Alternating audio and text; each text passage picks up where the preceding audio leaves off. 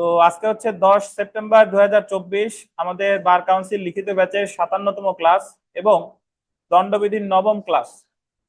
তো আজকে আমরা আলোচনা করব গতদিনের যে আমরা চুরি, বলপূর্বক গ্রহণ, দস্যুতা, ডাকাতি সহ এগুলা যে বিস্তারিত আলোচনা করেছিলাম।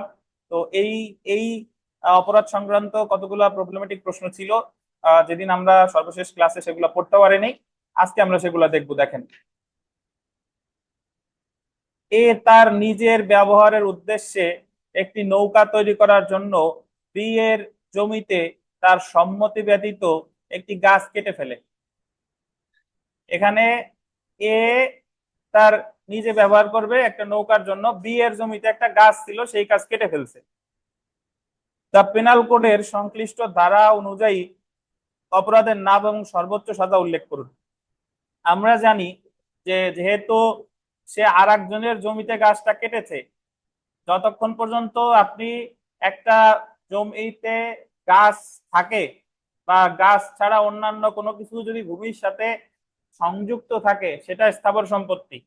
যখন সেটা উপড়ে ফেলা হয় বা কেটে ফেলা হয়, তখন সেটা হয় দেখি অস্থাবর সম্পত্তি। এবং এটা করেছে আর একজনের জমিতে তার সম্মতি ব্যতীত, তার মানে এখানে কি করেছে? চুরি করেছে বলে গণ্য হবে। কারণ চুরির সংজ্ঞা অনুযায়ী আমরা জানি, যদি কোনো একজন ব্যক্তি আর একজন ব্যক্তির দখলে থাকা অস্থাবর সম্পত্তি তার সম্মতি ব্যতি রেখে একটু হলেও কি করে স্থানান্তর করে, তাহলে সেই ব্যক্তি কি করেছে বলে গণ্য হবে? বলেন, চুরি করেছে বলে গণ্য হবে। ধন্যবাদ। তাহলে বিচার্য বিষয়টা দেখেন, উক্ত ঘটনাটিতে কোনো অপরাধ করেছে কিনা তা আলোচনা করতে হবে। তো এই ঘটনাটা আসলে কি অপরাধ করছে বলেন তো? সে চুরি করেছে। অ্যাকচুয়ালি আমরা যে আলোচনা করলাম এটা হলো গত দিনের, এটা হলো আজকে। গত দিনের টাকা একটু বের করে দিয়ে ওনারে বলতে বলেন। আচ্ছা দেখেন, আইনগত পর্যালোচনা। আলোচ্য অংশে দণ্ডবিধি 1860-এর 378 ধারা অনুযায়ী আন্ডারলাইন করেন চুরির অপরাধ করেছে। 378 ধারায় চুরি বলতে বোঝানো হয়েছে যে কোনো ব্যক্তির দখলে থেকে, আন্ডারলাইন করেন, দখলে থেকে তার সম্মতি ব্যতীত, আন্ডারলাইন করেন, অসাধু অভিপ্রায়ে অস্থাবর সম্পত্তি স্থানান্তর করা। এছাড়া 1 নম্বর ব্যাখ্যায় বলা হয়েছে যে কোনো বস্তু যতক্ষণ মাটির সাথে সংযুক্ত থাকে তা স্থাবর সম্পত্তি, কিন্তু বিচ্ছিন্ন করা মাত্র তা অস্থাবর সম্পত্তিতে পরিণত হয়। আলোচ্য অংশে বি কে জমি থেকে অর্থাৎ বি এর দখল থেকে তার অনুমতি ব্যতীত অসাধুভাবে একটি গাছ কেটে ফেলে। গাছ কাটার ফলে অস্থাবর সম্পত্তিতে পরিণত হয়, অর্থাৎ অস্থাবর সম্পত্তি স্থানান্তর করা। ফলে দেখা যাচ্ছে আলোচ্য অংশে চুরির সবগুলো উপাদান বিদ্যমান, অতএব চুরির অপরাধ করেছে। 379 ধারায় চুরির শাস্তি লেখেন, শান্তি হয়ে গেছে। চুরির শাস্তি সম্পর্কে বলা হয়েছে ধারা 379 অনুযায়ী সর্বোচ্চ শাস্তি, আবার একটি শাস্তি লেখেন, সর্বোচ্চ শাস্তি 3 বছর সশ্রম কারাদণ্ড এবং অর্থদণ্ড। এখানে কিন্তু অ্যাকচুয়ালি আপনাকে জানতে চেয়েছে যে সর্বোচ্চ কি সাজা হতে পারে। তো 379 ধারায় সর্বোচ্চ সাজা হতে পারে 3 বছর সশ্রম কারাদণ্ড এবং সেই সাথে অর্থদণ্ড। যদি কেউ জিজ্ঞাসা করেন যে স্যার 379 ধারায় তো সাজা আছে, যে কোনো বর্ণনা 3 বছর কারাদণ্ড বা অর্থদণ্ড বা উভয়, তাহলে এই জায়গায় আপনি 3 বছর সশ্রম কারাদণ্ড কেন লিখলেন? কারণ প্রশ্নে জানতে চেয়েছে সর্বোচ্চ সাজা কি, সেটা তো সর্বোচ্চ যদি সাজা দেয় 3 বছর সশ্রম কারাদণ্ড এবং সেই সাথে কি অর্থদণ্ড, এর বেশি দেওয়ার তো সুযোগ তার নাই। সিদ্ধান্ত দেখেন, সুতরাং উক্ত ঘটনাটিতে দণ্ডবিধির 379 ধারার অপরাধ করেছে। আশা করি বুঝতে পারছেন।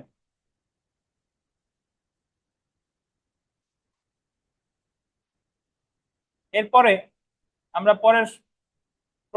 পরের সমস্যাটায় চলে আসি। দেখেন, একটি মামলায় একজন অভিযুক্তের বিরুদ্ধে দ্য পেনাল কোড 1860-এর 379 ও 411 ধারায় চার্জ গঠিত হয়।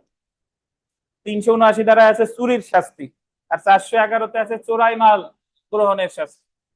তো তার বিরুদ্ধে 379 তো চার্জ গঠন হয়েছে, 411-তেও চার্জ গঠন হয়েছে। অভিযুক্তের বিরুদ্ধে দোষ প্রমাণিত হয়, বিজ্ঞ ম্যাজিস্ট্রেট তাকে 379 ধারায় 2 বছরের সশ্রম কারাদণ্ড ও 411 ধারায় 6 মাসের সশ্রম কারাদণ্ড দিচ্ছে। 379-তে দিচ্ছে কয় বছর? 2 বছর। আর 411-তে 6 বছর। উক্তরূপ কারাদণ্ড সঠিক হয়েছে কি সংশ্লিষ্ট আইনের বিধান উল্লেখে উত্তর দিন। স্যার হ্যাঁ বলেন।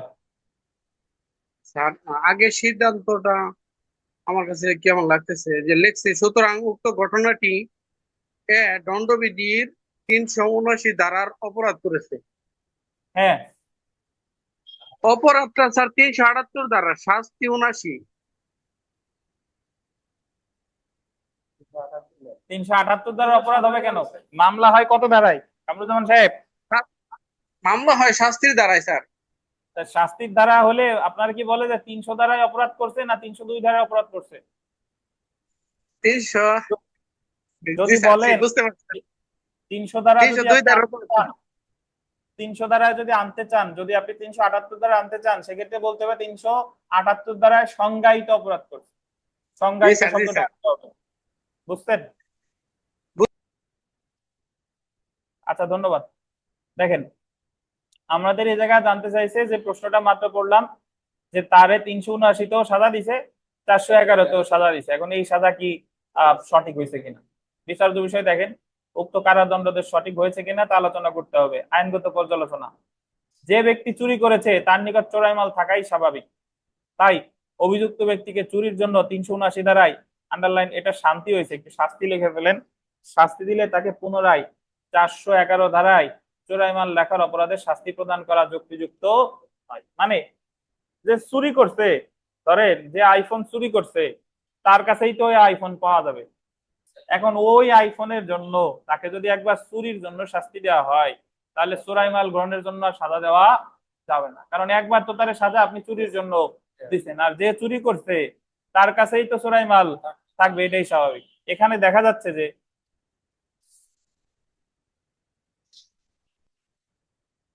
দেখা যাচ্ছে যে সম্পত্তিটি চুরি করার মাধ্যমেই চোরাই মালে পরিণত হয়েছে। এছাড়া 411 ধারায় চোরাই মাল গ্রহণের শাস্তি নির্ধারণ করা হয়েছে, যা 3 বছর পর্যন্ত সশ্রম বা বিনাশ্রম কারাদণ্ড বা অর্থদণ্ড, উভয় দণ্ড। একটি মামলায় বলা হয়েছে, বা একটি মামলা না বলে আপনি বলতে পারেন যে বিচারিক নজিরে বলা হয়েছে যে কোন ব্যক্তিকে 380 এবং 411 ধারা অনুযায়ী দোষী সাব্যস্ত করে একত্রে দণ্ড প্রদান করা যায় না। যদি আসামিকে 380 ধারায় দণ্ড দেওয়া হয়, তাকে 411 ধারায় দণ্ড দেওয়া যাবে না। ডাকাতির অপরাধে দণ্ডবিধির 395 ধারা অনুযায়ী দণ্ড দেওয়া হলে উক্ত ব্যক্তির নিকট ডাকাতি লব্ধ মাল রয়েছে বলে 412 ধারা অনুযায়ী দণ্ড দেওয়া যায় না। শুনেন, কতদিন আমরা পড়ছিলাম চোরাই মাল কাকে বলে। আপনার চুরির ফলে যে সম্পত্তি আনায় চোরাই মাল, বলপূর্বক গ্রহণের ফলে যে সম্পত্তি আনে চোরাই মাল, তারপরে দস্যুতার ফলে যে সম্পত্তি আনে চোরাই মাল, তারপরে আপনার আত্মসাৎ এবং বিশ্বাসভঙ্গের মাধ্যমে যে সম্পত্তি আনে চোরাই মাল। তাহলে ডাকাতির মাধ্যমে যে সম্পত্তি আনে সেটা কিন্তু অ্যাকচুয়ালি চোরাই মাল না। তাহলে সেটা তো চোরাই মাল না। বাট যদি কেউ চোরাই মাল গ্রহণ করে সে সাজা পায় 411 ধারায়, আর যদি কেউ ডাকাতির মাল গ্রহণ করে তাহলে সাজা পায় 412 ধারায়। তাহলে শুধু ডাকাতির শাস্তি আলোচনা করছে 395, আর ডাকাতির মাল যে গ্রহণ করলো সেটা আছে 412। তাহলে যদি ডাকাত দলকে আপনি 395 ধারায় সাজা দেন, তাহলে আবার কততে সাজা দেওয়া যাবে না? 412তে দেওয়া যাবে না। আবার যে চুরি করছে তারা যদি 379তে সাজা দেন, তারে বা 380তে সাজা দেন, তারে আর কিসে দেওয়া যাবে না? 411তে দেওয়া যাবে না। সুতরাং অভিযুক্তকে শুধুমাত্র 379 ধারায় দণ্ড প্রদান করলে আদেশটি সঠিক হবে। তবে অভিযুক্তের নিকট যদি, আন্ডারলাইন করেন, অন্য কোনো চোরাই মাল থাকে তাহলে উক্ত দণ্ডাদেশ বৈধ হতো। মানে ওই আইফোন ছাড়া তার কাছে আরো অনেক জিনিসপত্র আছে, তাহলে সেটা কি হবে বলেন? বৈধ হতো।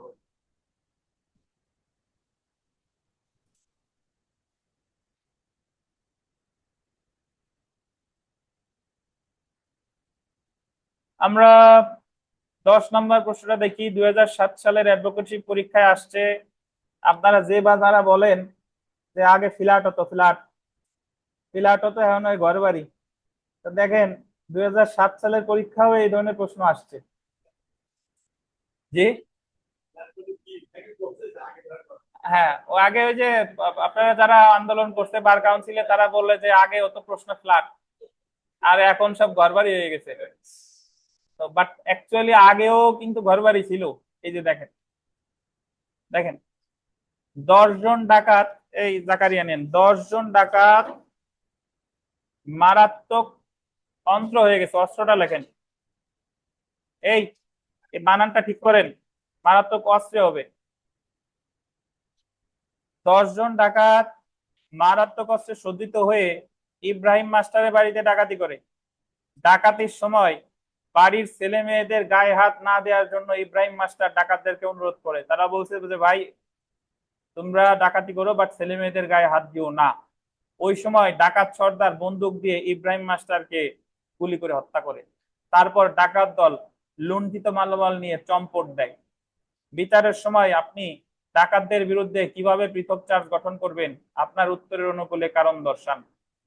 এখানে আমরা যে বিষয়টা হয়েছে এটা কি হয়েছে বলেন তো? খুন সহ ডাকাতি। আমরা এর আগে পড়ছিলাম, মানে গতদিনই পড়ছি যে খুন সহ ডাকাতি যদি কেউ করে তাহলে ওই জায়গায় আলাদা করে 34 আনার দরকার নাই, আলাদা করে 302 আনার দরকার নাই। খুন সহ ডাকাতির 396 ধারার ভিতরেই এই উপাদানগুলো, এই ইনগ্রিডিয়েন্ট গুলো আছে। বুঝতে পারছেন? তো দেখেন, আহ বিচার্য বিষয়, বিচারের সময় আমি ডাকাতদের বিরুদ্ধে কিভাবে পৃথক চার্জ গঠন করব তা আলোচনা করতে হবে। আইনগত পর্যালোচনা যদি আমরা দেখি যে আলোচ্য প্রশ্নে ডাকাতি চলাকালে ইব্রাহিম মাস্টারকে গুলি করে হত্যা করে, অর্থাৎ আলোচ্য অংশে খুন সহ ডাকাতি সংঘটিত হয়েছে, যা 396 ধারায় শাস্তিযোগ্য অপরাধ। ধারা 396 অনুযায়ী যদি 5 বা ততোধিক ব্যক্তি একত্রে ডাকাতি সংগঠনকালে তাদের যে কোনো একজন খুন করে, আন্ডারলাইন করেন, যে কোনো একজন কি করে, খুন করে, তাহলে তাদের প্রত্যেকে খুনসহ ডাকাতির দায়ে অভিযুক্ত হবে। একজন খুন করলেই সবাই অভিযুক্ত হবে। আলোচ্য অংশে ডাকাত দলের সব সদস্যদের হত্যার উদ্দেশ্য ছিল না, কিন্তু সবাই মারাত্মক শস্ত্রে, শস্ত্র বানানটা ভুল আছে, 9 তরা ফলা হয়ে গেছে, এ জায়গায় তো অ্যাকচুয়ালি 6 তরা ফলা হবে, সজ্জিত ছিল। তাই ডাকাত সর্দার খুন করলেও ডাকাত দলের সবাই 396 ধারায় দোষী বলে বিবেচিত হবে। অতএব উপযুক্ত আলোচনা হতে বলা যায় যে বিচারের সময় আমি ডাকাতদের বিরুদ্ধে 396 ধারার অধীনে চার্জ গঠন করব। সুতরাং বিচারের সময় আমি ডাকাতদের বিরুদ্ধে 396 ধারার অধীনে চার্জ গঠন করবো। অ্যাকচুয়ালি তাদের বিরুদ্ধে 34, 302 আলাদা করে আনার দরকার নাই, একটা ধারায় চার্জ গঠন করলেই হবে। সেটা কত? 396। ধন্যবাদ।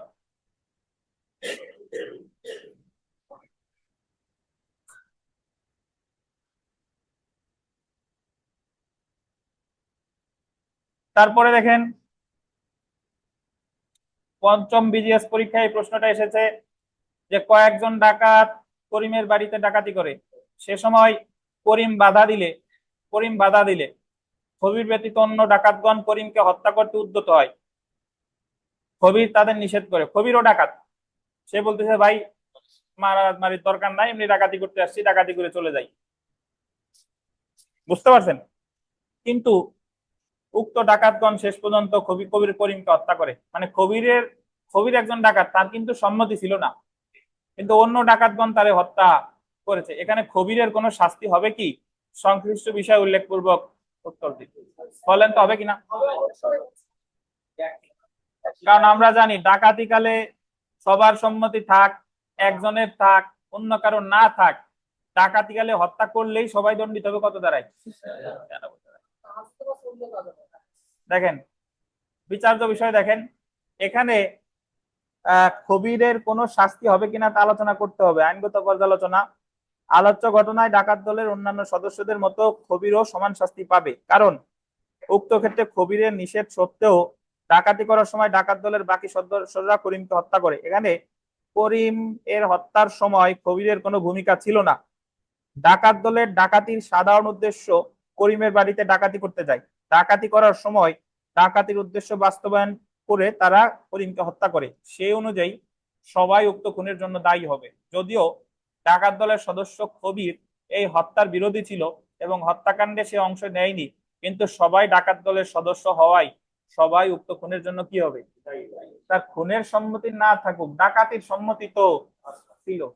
অর্থাৎ হত্যার বিরোধিতা করলেও ডাকাত দলের অন্যান্য সদস্যদের মতো কবিরকেও উক্ত খুনের জন্য সমান শাস্তি দেওয়া যাবে। 396 ধারার অধীনে এর শাস্তিটা ঠিক করে লেখেন।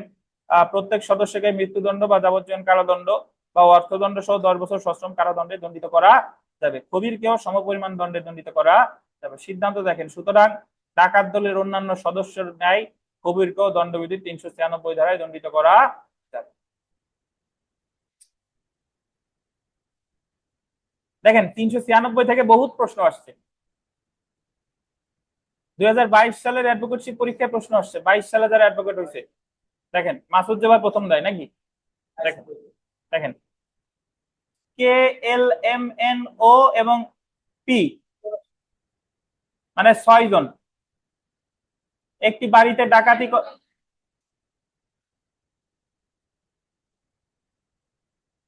বাড়িতে ডাকাতি করাকালে বাড়ির মালিক রাকেশকে খুন করে, তবে লোকজনের চিৎকারে ডাকাত দল কোনো মালামাল নিতে পারেনি। দেখেন, বলছে যে বাড়ির মালিকরে খুন করছে কিন্তু মালামাল নিতে পারেনি। এক্ষেত্রে KLMNOP ফৌজদারি দায় নিরূপণ করুন। শুনেন,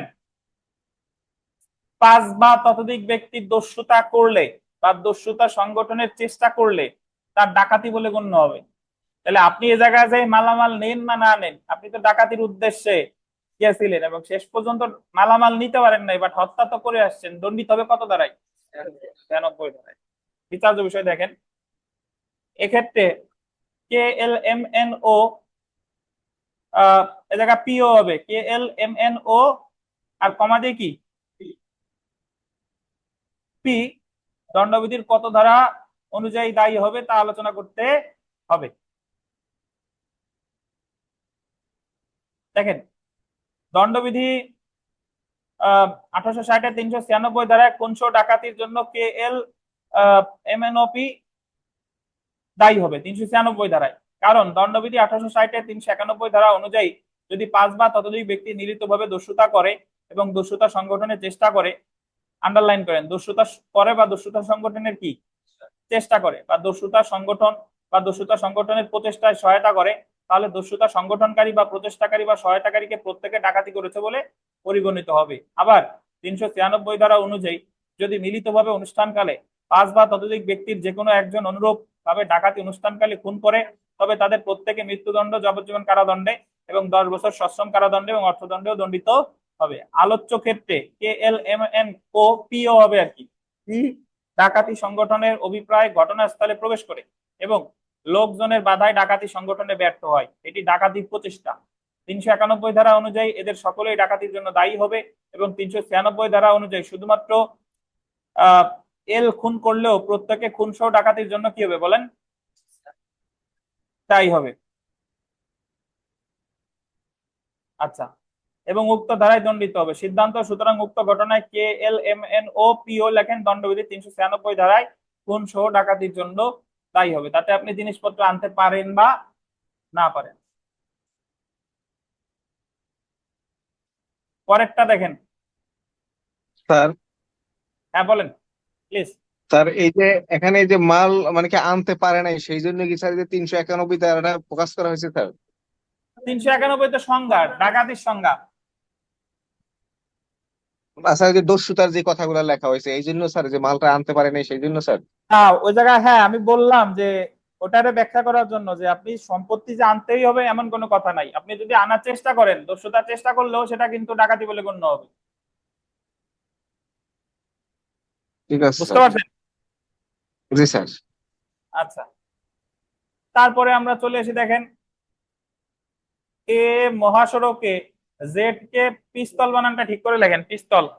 এ মহাসড়কে জেড কে পিস্তল দেখিয়ে তার টাকার ব্যাগ দাবি করে, ফলে জেড উক্ত ব্যাগটা একে দিতে বাধ্য হয়। এ কোনো অপরাধ করেছে, কি করছে বলেন? দস্যুতা বা ছিনতাই। দস্যুতা বা ছিনতাই, কারণ ভয়টা হচ্ছে কি ভয়? তাৎক্ষণিক ভয়।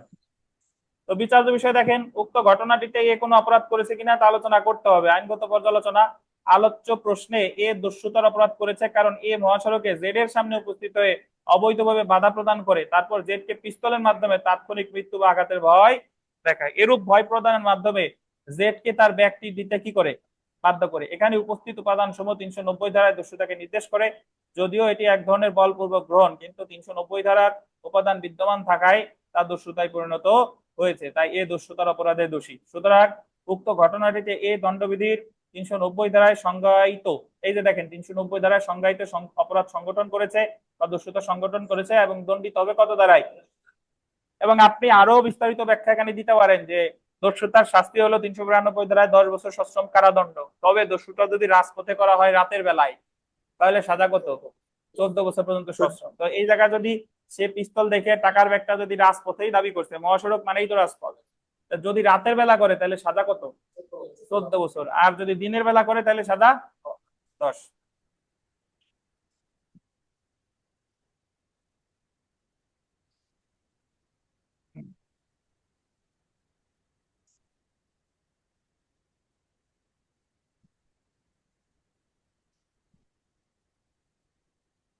আচ্ছা, আমরা তারপরে আসি। দেখেন, ক নির্দিষ্ট অবস্থায় খ কে ধরে রেখে প্রতারণামূলে এটা আন্ডারলাইন করেন, ক্ষয়ের সম্মতি ব্যতি রেখে তার পোশাক হতে টাকা ও রত্ন নিয়ে নেয়।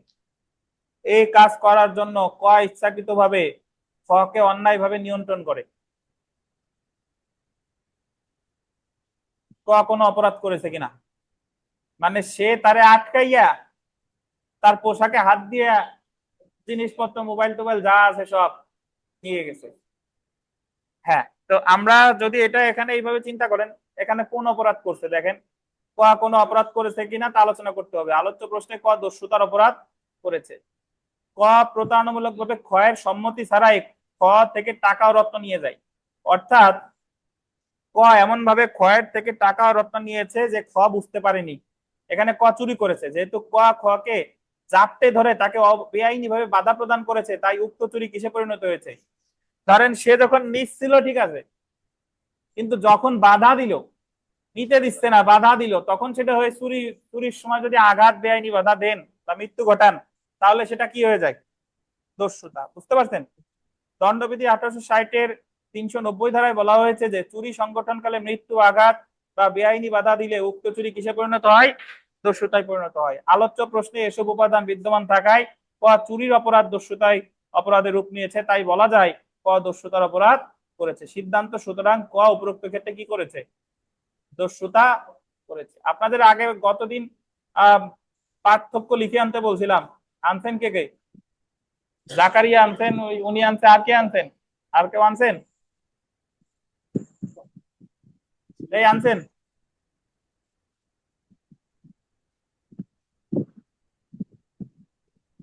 কোনো প্রশ্ন আছে কিনা আপনাদের, নাহলে আমরা আজকের লেকচারে চলে যাব।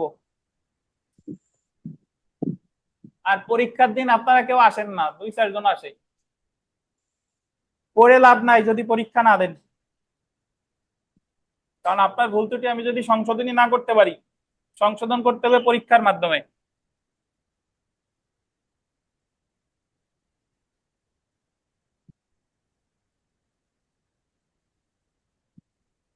আচ্ছা, তানবীরের মোবাইল কো 34,000 টাকার? ও না, আমি তো বললাম সেদিন কিনা টেনা হয়ে গেছে, নিয়ে আসবেন। আ- আচ্ছা ঠিক। শার্ট প্যান্ট পরবেন এখন?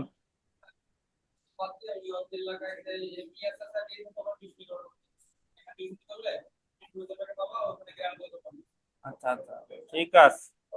দেখেন, মানে আসলে সবাই চেঞ্জ হয়ে যায়। আমাদের জিরিকত সাহেব চেঞ্জ হয়ে গেছে, সে এখন দেখেন।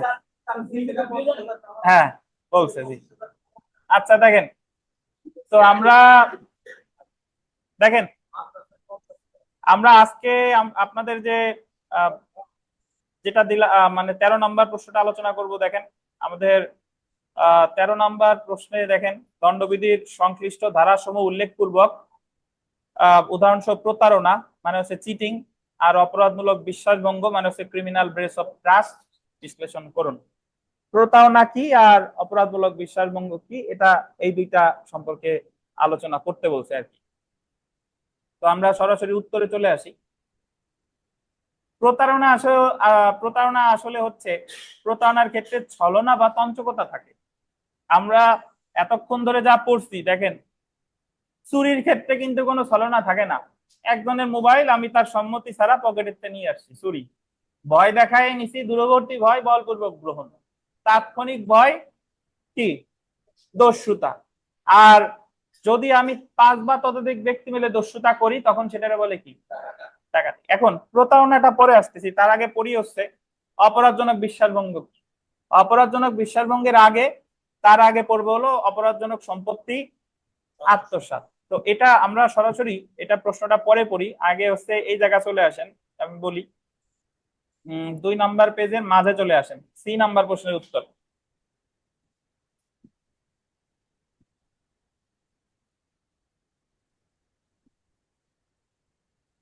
দুই নাম্বার পেজের মাঝে এখানে বলছে যে অপরাধমূলক বিশ্বাসভঙ্গ, ক্রিমিনাল ব্রেস অফ ট্রাস্ট এবং অপরাধমূলক সম্পত্তি আত্মসাৎ, ক্রিমিনাল মিস অ্যাপ্রোপ্রিয়েশন অফ প্রপার্টির মধ্যে পার্থক্য। তো শুনেন, আমরা যারা পড়ি চুরি আলোচনা করছিল 378 থেকে 382, বলপূর্বক গ্রহণ আলোচনা করছে 383 থেকে 389, দস্যুতা আলোচনা করছে, দস্যুতা ডাকাতি 390 থেকে 402, 390 থেকে 402। এর পরের যে অধ্যায়, সেটার অধ্যায়টার নাম হলো অপরাধমূলক সম্পত্তি আত্মসাৎ। এই অধ্যায় দুইটা অপরাধ আলোচনা করছে, একটা হলো অসাধুভাবে সম্পত্তি আত্মসাৎ 403 404, এবং অপরাধজনক বিশ্বাসভঙ্গ বা অপরাধমূলক বিশ্বাসভঙ্গ এটা আলোচনা করছে 405 থেকে 409, 405 থেকে 409। তাহলে আমরা একটু পড়ি, দেখেন। অপরাধমূলক সম্পত্তি আত্মসাৎ, criminal misappropriation of property, অধ্যায়টার নাম হচ্ছে অপরাধমূলক সম্পত্তি আত্মসাৎ। এই অধ্যায়টা শুরু হয়েছে 403 থেকে শেষ হয়েছে 409। অপরাধজনক সম্পত্তি আত্মসাৎ গোল দিবেন দুই ভাবে হতে পারে। এই অধ্যায়ের নাম হচ্ছে অপরাধমূলক সম্পত্তি আত্মসাৎ, বাট এই অধ্যায়ে দুই প্রকার অপরাধ সম্পর্কে আলোচনা করছে। এক নাম্বার অসাধুভাবে সম্পত্তি আত্মসাৎ, এটার ইংরেজিতে বলে ডিসঅনেস্ট মিসঅ্যাপ্রোপ্রিয়েশন অফ প্রপার্টি। দুই নাম্বার হচ্ছে অপরাধমূলক বিশ্বাসভঙ্গ, এটারে বলে ক্রিমিনাল ব্রেস অফ ট্রাস্ট। তাহলে বলেন তো অধ্যায়ের নাম কি? অপরাধমূলক সম্পত্তি আত্মসাৎ। এই অধ্যায়ে অপরাধ আলোচনা করছে কয়টা? দুইটা। একটা হলো অসাধুভাবে সম্পত্তি আত্মসাৎ, আর একটা আছে কি অপরাধজনক বিশ্বাসভঙ্গ। এই অসাধুভাবে সম্পত্তি আত্মসাৎ আলোচনা করছে হলো 403 404, আর অপরাধজনক বিশ্বাসভঙ্গ কত? 405 থেকে 409। দেখেন, আমরা প্রথমে চলে আসি অসাধুভাবে সম্পত্তি আত্মসাৎটা কি। পড়ানোর আগে আমি একটু বুঝাই, আমরা যারা প্রিলি পাস করে এসেছি সবাই আমরা মোটামুটি ভালো জানি, তারপরেও বলি। গতদিন যখন আমরা চুরি পড়েছিলাম ওই জায়গায় একটা জিনিস ব্যাখ্যা করা আপনাদের হয়নি। সেটা হচ্ছে যে যে মৃত ব্যক্তির কাছ থেকে যদি কিছু নেয়, মৃত ব্যক্তির কাছ থেকে কিছু নিলে সেটাকে কি বলা যাবে না? কি বলা যাবে না বলেন? চুরি বলা যাবে না। আচ্ছা,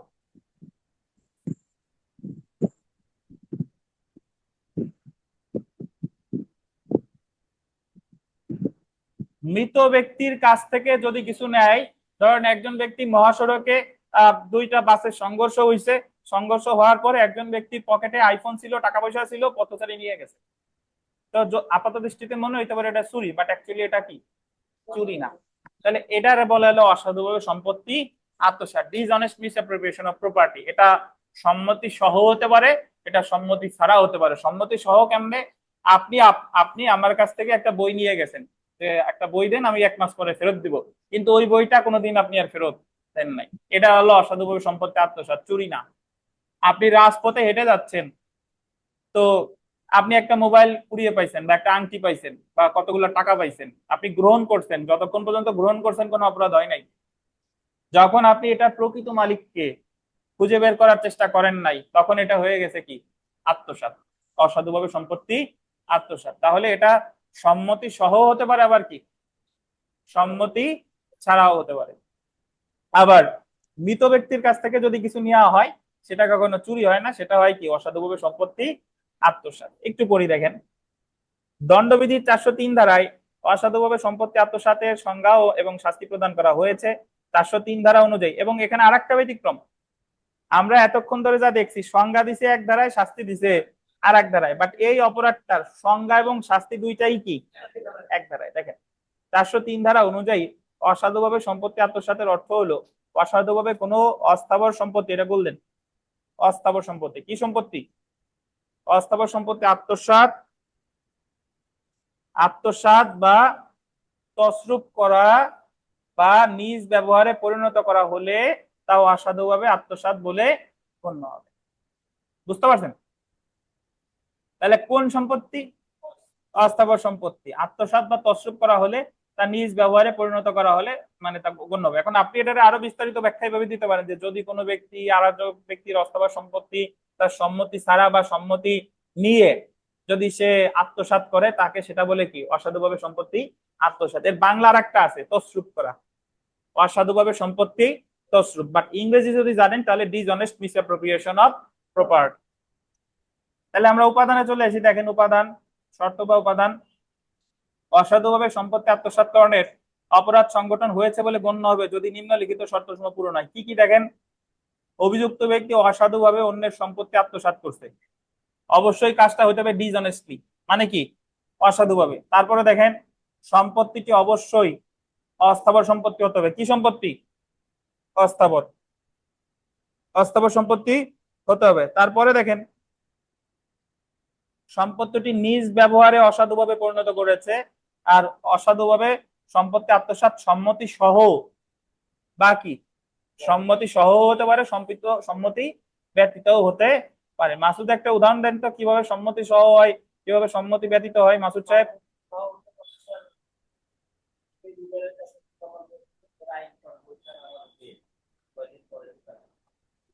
রুবেলের কাছ থেকে আইন পরীক্ষা নেওয়ার পরে আমি নিছি আর কোনোদিন রুবেলটা ফেরত দিনে আর ইয়ে করি নাই, নিজেই ব্যবহার করতেছি। জি, এটাই স্যার সম্মতি নিয়ে পরবর্তীতে এই যে যেটা করলাম।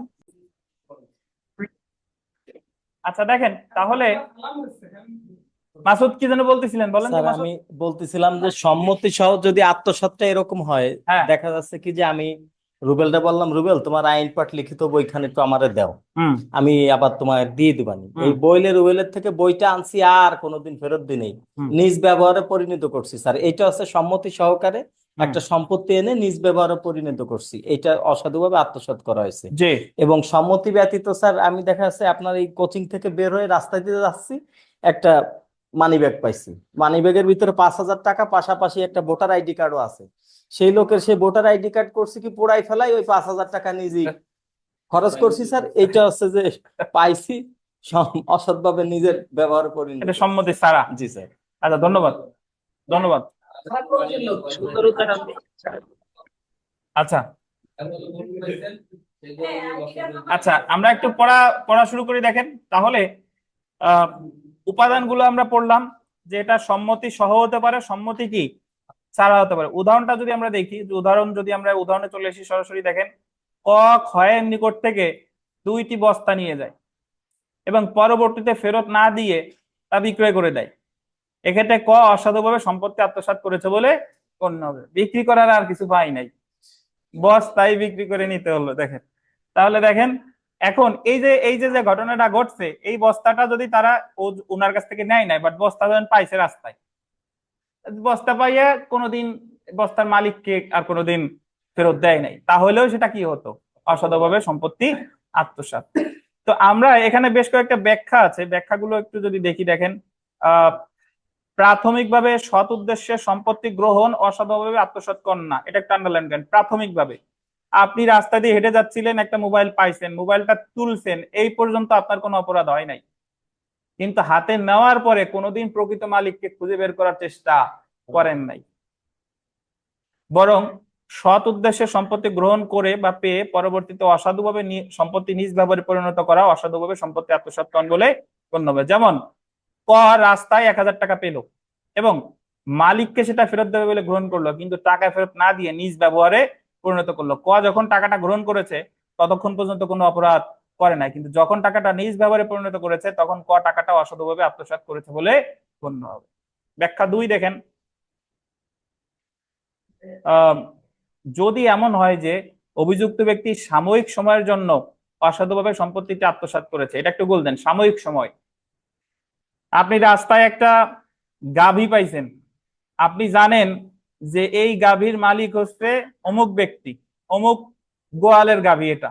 এখন আপনি ভাবলেন যে আগে 5 দিন এই গাভী আমার কাছে রাখি, গাভীর দুধ দুগ্ধ করে খাই, 5 দিন পরে যাই ফেরত দেবানি। এই যে 5 দিন আপনি যে নিজ ব্যবহারে পরিণত করলেন, এটাও কি অসাধুভাবে সম্পত্তি আত্মসাৎ, এবং পরবর্তীতে মালিককে ফেরত দিয়েছে, সে ক্ষেত্রেও অভিযুক্ত ব্যক্তি সম্পত্তি অসাধুভাবে সম্পত্তি আত্মসাৎ করেছে বলে গণ্য হবে। তবে সরল বিশ্বাসে ব্যবহার করলে অসাধুভাবে আত্মসাৎ বলে গণ্য হবে না, যতক্ষণ পর্যন্ত আপনার সরল বিশ্বাস আছে। ধরেন আপনার ওই মালিকরে খুঁজতেছেন, পাইতেছেন না, তো অলরেডি খোঁজা কালে যদি আপনি খোঁজার সাথে সাথে যদি গাভীর দুধ পান করেন, তাহলে এই ক্ষেত্রে আপনার কোনো অপরাধ হয় নাই, যেহেতু আপনার কি, যেহেতু আমি খুঁজতেছি, আমি এখনো পাইতেছি না। কিন্তু যদি আপনার মনে শুরু থেকেই যদি কুচিন্তা থাকে, তাহলে কিন্তু এটা অপরাধ হিসেবে গণ্য হবে। ব্যাখ্যা 3 দেখেন, আন্ডারলাইন করেন, মৃত ব্যক্তির দখলী সম্পত্তি অসাধুভাবে নিজ ভাবে পরিণত করলে তা অসাধুভাবে সম্পত্তি আত্মসাৎ বলে গণ্য হবে। কোন ধরনের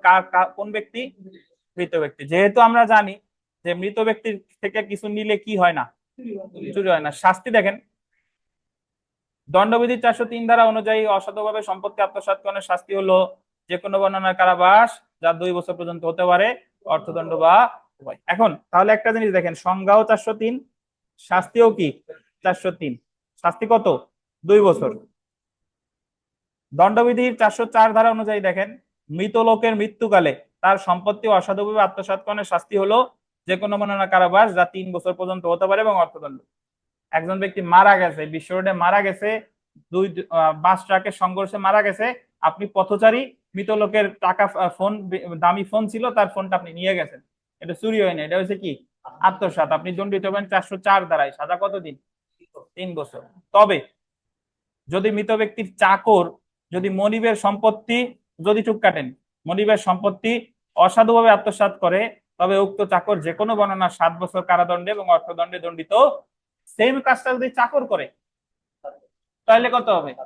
7 বছর। একটা জিনিস দেখেন, আমাদের দণ্ডবিধিতে সরকারি কর্মচারী কোনো কাজ করলে সাজা বেশি, চাকর কোনো কাজ করলে কি সাজা বেশি, পূর্ব পরিকল্পনা অনুসারে কোনো কাজ করলে কি সাজা বেশি। তাহলে দেখেন, মৃত ব্যক্তির সম্পত্তি যদি নেয় নর্মালি 3 বছর, যদি চাকর নেয় কয় বছর? 7 বছর। ঠিক আছে, ধন্যবাদ। নামাজের বিরতি, নামাজ শেষে আমরা আবার শুরু করব।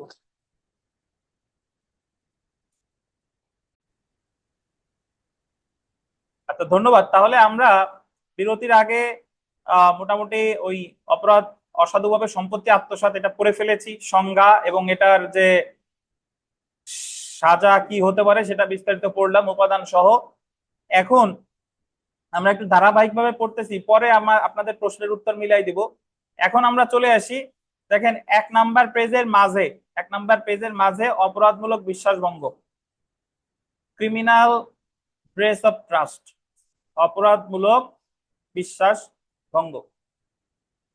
আমরা যখন আজকে পড়া শুরু করেছিলাম, তখন যে অধ্যায়টার নাম হচ্ছে অপরাধমূলক সম্পত্তি আত্মসাৎ, criminal misappropriation of property. এই অধ্যায়ে 2টা অপরাধ নিয়ে আলোচনা করছে, একটা হলো dishonest miss appropriation of property বা অসাধুভাবে সম্পত্তি আত্মসাৎ, যেটা আলোচনা করা হয়েছে 403 আর 404, এবং আরেকটা হচ্ছে অপরাধমূলক বিশ্বাস ভঙ্গ, সেটা হচ্ছে ক্রিমিনাল ব্রেচ অফ ট্রাস্ট, যেটা সম্পর্কে আলোচনা করছে 405 থেকে 409। এখন দেখেন, আত্মসাৎ যদি আমরা বুঝে থাকি, তাহলে অপরাধমূলক আত্মসাৎ হচ্ছে যে যখন কারোর সাথে কারো বিশ্বাসের সম্পর্ক থাকে। ধরেন একটা অফিসে যে কর্মচারী, মালিকের সাথে তার বিশ্বাসের সম্পর্ক থাকে, বা যখন কেউ একসাথে কোনো কাজ করে, চুক্তিগত কোনো কাজ করে, দুইজনে একসাথে ব্যবসা করে, একটা বিশ্বাসের সম্পর্ক থাকে বা চুক্তিগত সম্পর্ক থাকে। অর্থাৎ যখন কোনো বিশ্বাসের সম্পর্ক থাকে এবং এরপরে যখন কোনো সম্পত্তি আত্মসাৎ করা হয়, তখন সেটা বলে অপরাধজনক বিশ্বাস ভঙ্গ। বাট এর আগে যে আমরা অসাধুভাবে আত্মসাৎ করলাম, ও ক্ষেত্রে কিন্তু কোনো বিশ্বাসের সম্পর্ক ছিল না। রাস্তায় আমি একটা জিনিস হারানো পাইছি, যার জিনিস, তার সাথে কি আমার কোনো বিশ্বাসের সম্পর্ক ছিল না। কিন্তু অপরাধজনক বিশ্বাস ভঙ্গের ক্ষেত্রে আগে থাকে একটা কি বিশ্বাসের সম্পর্ক, পরে ওই জিনিসটা সেটা স্থাবরক বা অস্থাবরক আত্মসাৎ করা হয়। কিন্তু আত্মসাতের ক্ষেত্রে শুধুমাত্র কোন সম্পত্তি ছিল? 403 অস্থাবর। আর বিশ্বাস ভঙ্গের ক্ষেত্রে এটা স্থাবর হতে পারে, এটা কি অস্থাবরও হতে পারে।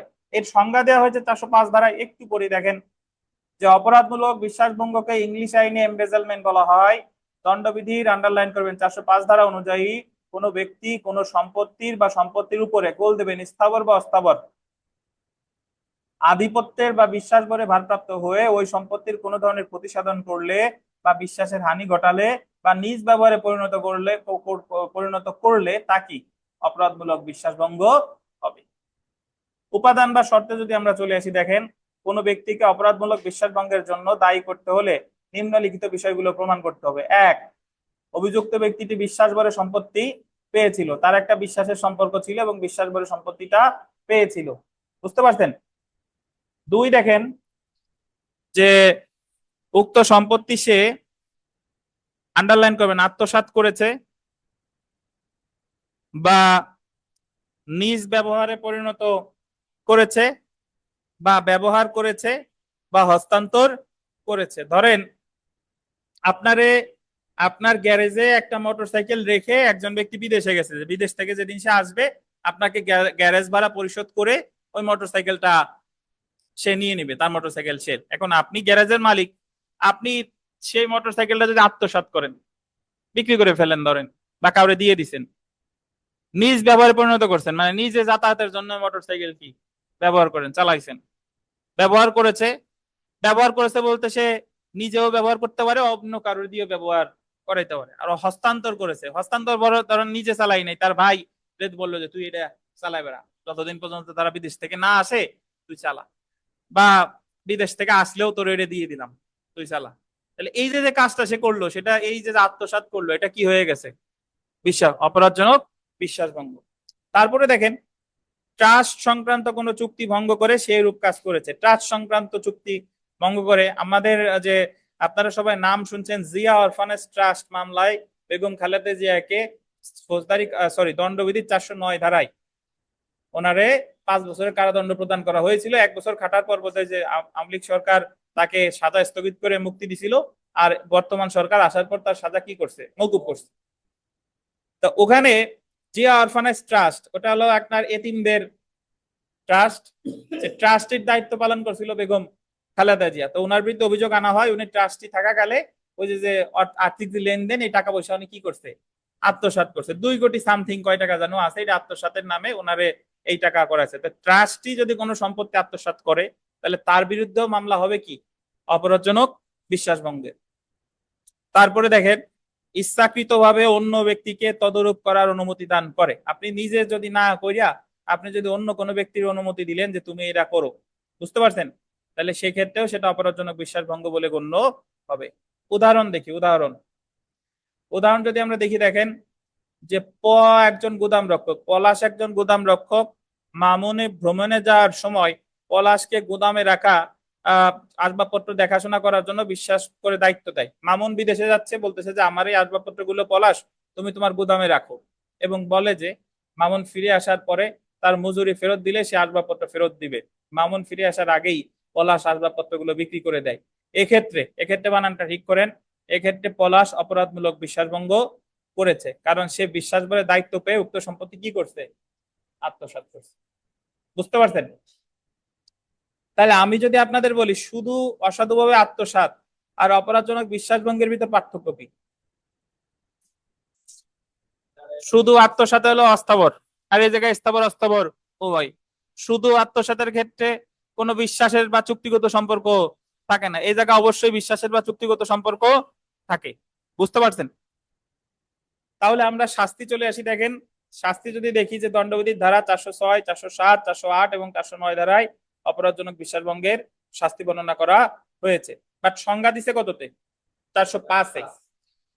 406টা দেখেন, অপরাধজনক বিশ্বাসভঙ্গের শাস্তি হলো যে কোনো বর্ণনার কারাদণ্ড, যা 3 বছর পর্যন্ত হতে পারে, বা অর্থদণ্ড বা উভয়। তাহলে আত্মসাতের সাজা ছিল 2 বছর, আর বিশ্বাসভঙ্গের সাজা কত? 3 বছর। 407 ধারা অনুযায়ী দেখেন বাহক কর্তৃক, বাহক বলতেন, বাহক মানে যে ক্যারিয়ার, যে মাল বা মালামাল গ্রহণ করে, বাহক কর্তৃক অপরাধজনক বিশ্বাসভঙ্গের শাস্তি হলো যে কোনো বর্ণনার কারাদণ্ড, যা 7 বছর পর্যন্ত হতে পারে, এবং অর্থদণ্ড। 408 ধারা অনুযায়ী বল দিবেন কেরানি বা চাকর কর্তৃক অপরাধজনক বিশ্বাসভঙ্গের শাস্তি হলো যে কোনো বর্ণনা 7 বছর পর্যন্ত হতে পারে এবং অর্থদণ্ড। দেখি তানভীর সাহেব বলেন যে কেরানি বা চাকর যদি চুরি করে তাদের শাস্তির বিধান আছে কত ধারায়?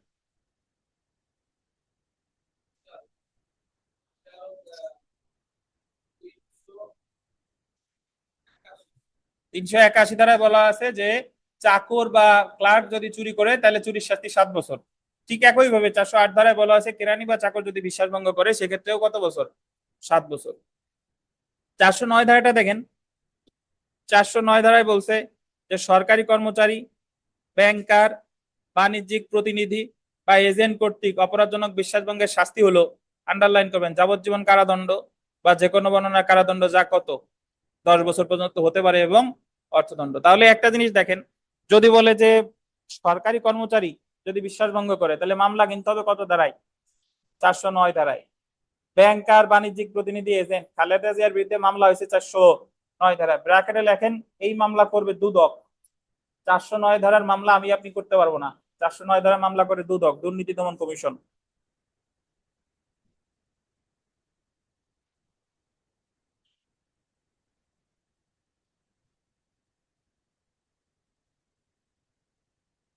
বুঝতে পারছেন?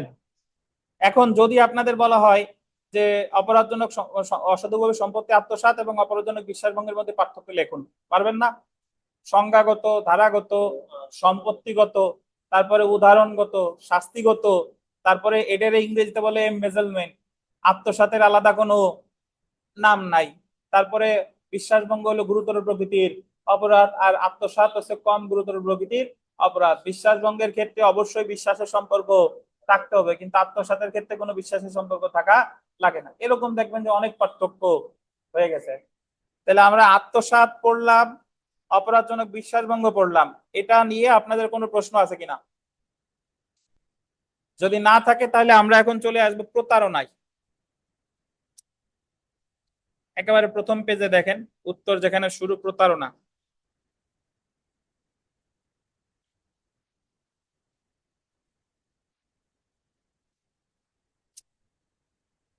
প্রতারণা মানে হলো এতক্ষণ ধরে ছলনার কোনো বিষয় ছিল না। চুরির ক্ষেত্রে কোনো ছলনা নাই, তঞ্চকতা নাই, চাঁদাবাজির ক্ষেত্রে নাই, ছিনতাইয়ের ক্ষেত্রে নাই, ডাকাতির ক্ষেত্রে নাই, আত্মসাতের ক্ষেত্রে নাই, বিশ্বাসভঙ্গের ক্ষেত্রেও নাই। কিন্তু এখন হলো ছলনা। ছলনা কিরকম? বলল যে এই যে যে শ্যাম্পু, এই শ্যাম্পু মাথায় দিলে ঝাঁকড়া চুলের বাবরি দোলানো বালক হয়ে যাবে, মানে টাক মাথায়ও চুল গজাবে, এবং এত টাকা দিয়ে কিনতে বললো। বুঝতে পারছেন? তাহলে এই যে সে কিনলো, কেনার পর দেখলো যে চুল মাথায় যে যতগুলো ছিল সেইগুলো জোরে পড়ে গেছে। এটাই হচ্ছে প্রতারণা। মানে আপনারে যা না তাই বুঝানো, প্রতারণা। বললো যে এই মোবাইল দিয়ে চাঁদের ছবিও তোলা যায়, কিন্তু মোবাইল কেনার পর দেখলেন যে চাঁদ তো পরের কথা, 1 ফুট দূরে যে তার ছবি স্পষ্ট ভাবে আসে না। এটা হলো প্রতারণা। যে এতক্ষণ আমরা যতগুলাই যে চুরি পড়ছি বা অন্যান্য যতগুলো অপরাধ পড়ছি, সেই অপরাধ গুলাতে কি এরকম কোনো ঘটনা ছিল কিনা? বুঝতে পারছেন? বললো যে ফেয়ার এন্ড লাভলি মাখাইলে নাইজেরিয়ার লোকও সাদা হয়ে যাবে। এটাই এক ধরনের কি প্রতারণা। বলে যে টলার স্ট্রঙ্গার শার্পার, কমপ্লান খাইলে, হরলিক্স খাইলে আপনি লম্বা হবেন, হবেন, কিন্তু অ্যাকচুয়ালি কিছু মানে এগুলো সবই হচ্ছে এক ধরনের কি প্রতারণা। আমি এই আমাদের এক পাড়ায় একটা ছেলে আছে, ও এখন লম্বা টম্বা হয়েছে। একসাথে যখন আমরা খেলাধুলা করতাম, তো ও বলতো যে ভাই আহ কমপ্লান খাইয়ে, কমপ্লান খাওয়ার পরে শেষে একটু ওই যে আপনার দানা দানা সাবা সাবা থাকে, ওইটা আমি আমার টবে ফেলে দিই, টবের গাছ বড় হয়ে যাচ্ছে, কিন্তু আমি লম্বা হচ্ছি না। বুঝতে পারছেন? হাসিব হাসিব। তো তো এটাই হচ্ছে কি বলেন প্রতারণা। আসেন আমরা, আচ্ছা তাহলে আমরা একটু পড়ায় ফিরি। দেখেন যে দণ্ডবিধি 415 ধারায় প্রতারণার সংজ্ঞা দেওয়া হয়েছে। 415 ধারায় প্রতারণার সংজ্ঞা দিল কেন? এর মাঝে যেটা এটা আমরা পড়ছি চোরাই মাল, 410 থেকে 414 পর্যন্ত আছে চোরাই মাল। চোরাই মাল হচ্ছে 5 প্রকার হতে পারে, 410 ধারায় সংজ্ঞা বলছে। 11 ধারায় চোরাই মালের শাস্তি, চোরাই মাল গ্রহণের শাস্তি 3 বছর। 12 ধারায় বলছে ডাকাতি লব্ধ মাল যদি কেউ গ্রহণ করে 412-তে যাবজ্জীবন বা 10 বছর। 13-তে বলছে চোরাই মালের অভ্যাসগত কারবার করা, 413 ধারায় যাবজ্জীবন বা 10 বছর। 14-তে বলছে চোরাই মাল লুকিয়ে রাখা 3 বছর। তো ওটা আমরা গতদিন পড়ে এসেছি, আজকে দেখবো প্রতারণা। 415 ধারা অনুযায়ী প্রতারণামূলক ভাবে বা অসাধুভাবে কোনো ব্যক্তিকে গোল দিবেন কোন স্থাবর বা অস্থাবর সম্পত্তি হস্তান্তর করতে প্রবৃত্ত করা হলো প্রতারণা। তাহলে কোন ধরনের সম্পত্তি? এটা মুভেবল আর ইমুভেবল উভয়ই হতে পারে। 415 ধারা অনুযায়ী নিম্নলিখিত শর্ত পূরণ করলে তা প্রতারণা বলে গণ্য হবে। এক ব্যক্তি অন্য ব্যক্তির সাথে ছলনা করবে। ছলনা একটা আকার কেটে দেন, কি করবে? ছলনা। যে ব্যক্তি ছলনা করে সে এমন ছলনা, শুধু ছলনাই করবে না, এমন ছলনার মাধ্যমে অপর কাউকে কোনো সম্পত্তি প্রদানে প্ররোচিত করবে। বলতেছে যে তুমি আমারে এত টাকা দাও, তোমার এই শ্যাম্পু দিচ্ছি, তোমার চুল গজাবে, তার মানে তারে একটা জিনিস আমি রাখতে বলতেছি, বিনিময়ে তার কাছ থেকে কি নিচ্ছি, টাকা নিচ্ছি। বা কোনো ব্যক্তিকে কোনো সম্পত্তি রেখে দেওয়ার ব্যাপারে সম্মতি প্রদানে প্ররোচিত করবে, ওই যে রেখে দেওয়ার ব্যাপারে সম্মতি প্রদানে তাকে প্ররোচিত করবে। আর ইচ্ছাকৃতভাবে বা উদ্দেশ্যমূলক ভাবে অনুরূপ প্রতারিত ব্যক্তিকে এমন কোনো কার্য করতে বা করা হতে বিরত থাকতে প্ররোচিত করে, এবং প্রতারিত না হলে উক্ত ব্যক্তি উক্ত কাজ করতো না বা করা হতে বিরত থাকতো না। মানে এই যে সে শ্যাম্পু রাখলো বা মোবাইলটা কিনলো, যদি তার সাথে প্রতারণা করা না হতো তাহলে এই কাজ সে কি করতো না। এবং এই কাজের কারণে দেখেন, উক্ত কাজের জন্য প্রতারিত ব্যক্তির আন্ডারলাইন করেন দেহ, মন, খ্যাতি এবং সম্পত্তির ক্ষতি হওয়ার সম্ভাবনা সৃষ্টি হয়। দেহের ক্ষতি হতে পারে, মানসিক ক্ষতি হতে পারে, সুনামের ক্ষতি হতে পারে, সম্পত্তির ক্ষতিও হতে পারে। সুতরাং যে ব্যক্তিকে ছলনা দিয়ে কোনো কিছু করতে বলা হয়েছে তা প্রকৃতপক্ষে ক্ষতি না করলেও যদি সেখানে আন্ডারলাইন করেন ক্ষতির সম্ভাব্য আশঙ্কা থাকে, ক্ষতি এখনো হয় নাই বাট ক্ষতির কি আছে, সম্ভাব্য আশঙ্কা থাকে, তাহলেও তা প্রতারণা বলে কি হবে, গণ্য হবে। যদি বলে যে আমি সৌদি আরব থেকে ভিসা নিয়ে এসেছি, আমার 5 লাখ টাকা দাও, এখন তোমার বাইকে 1 মাসের মধ্যে বিদেশে পাঠাই দিব, টাকা পয়সা নিল কিন্তু আসলে সে বিদেশে পাঠানোর তার কোনো ক্ষমতা নাই, এটা কি বলেন, প্রতারণা।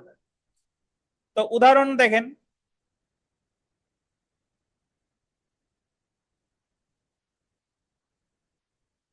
ক সিভিল সার্ভিসের সদস্য বলে অসত্যভাবে ভান করে ইচ্ছাকৃতভাবে খকে ফাঁকি দেয় এবং তাকে ধারে মাল দেওয়ার জন্য খকে অসাধুভাবে প্রবর্তন করে। সিভিল সার্ভিস মানে সরকারি কর্মচারী, ধরেন বিসিএস ক্যাডার, সে বললো যে আমার ধারে মাল দেন, আমি টাকা দিয়ে দিব।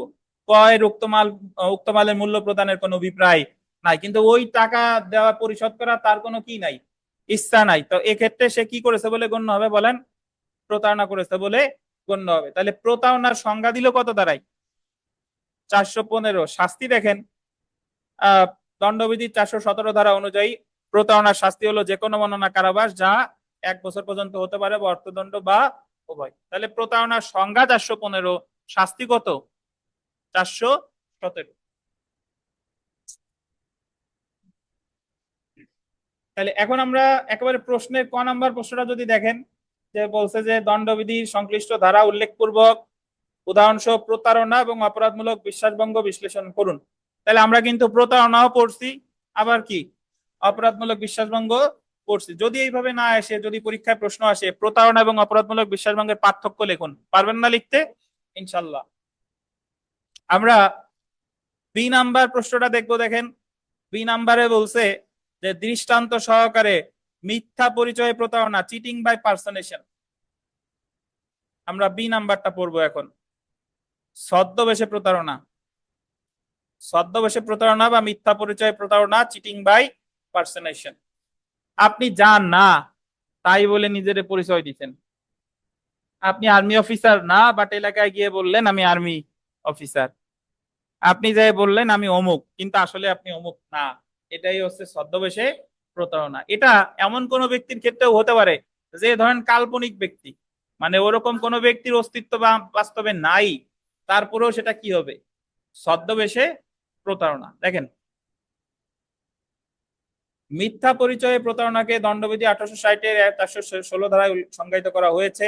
416 ধারার মতে কোনো ব্যক্তি যদি অপর কোনো ব্যক্তি বলে, আন্ডারলাইন করবেন, মিথ্যা অভিনয় করে বা জেনে শুনে এক ব্যক্তিকে অপর ব্যক্তি রূপে প্রতিস্থাপিত করে, তাহলে সে ছদ্মবেশে প্রতারণা বা মিথ্যা পরিচয়ে প্রতারণা করেছে বলে গণ্য।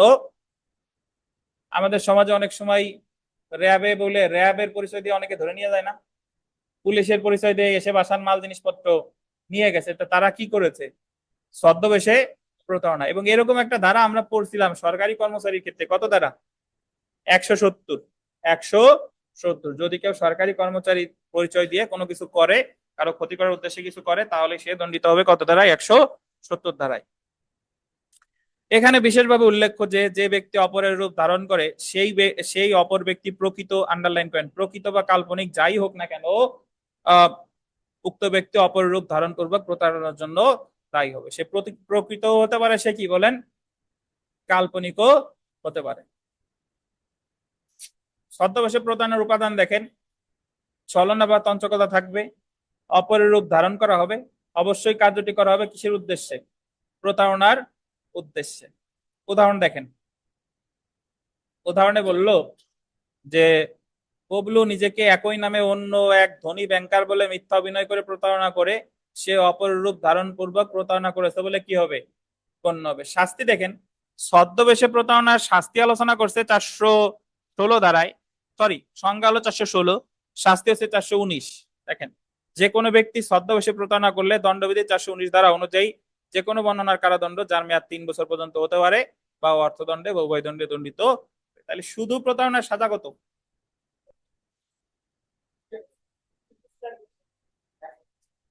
শুধু প্রতারণার সাজা 1 বছর, আর ছদ্মবেশে প্রতারণার সাজা কত? 3 বছর। শুধু প্রতারণার সাজা আছে 417, আর ছদ্মবেশে কত? 419। প্রশ্নের অংশ না, বাট আমাদের এই ধারাটা জানতে হবে। 420, সবাই যে বলে 420,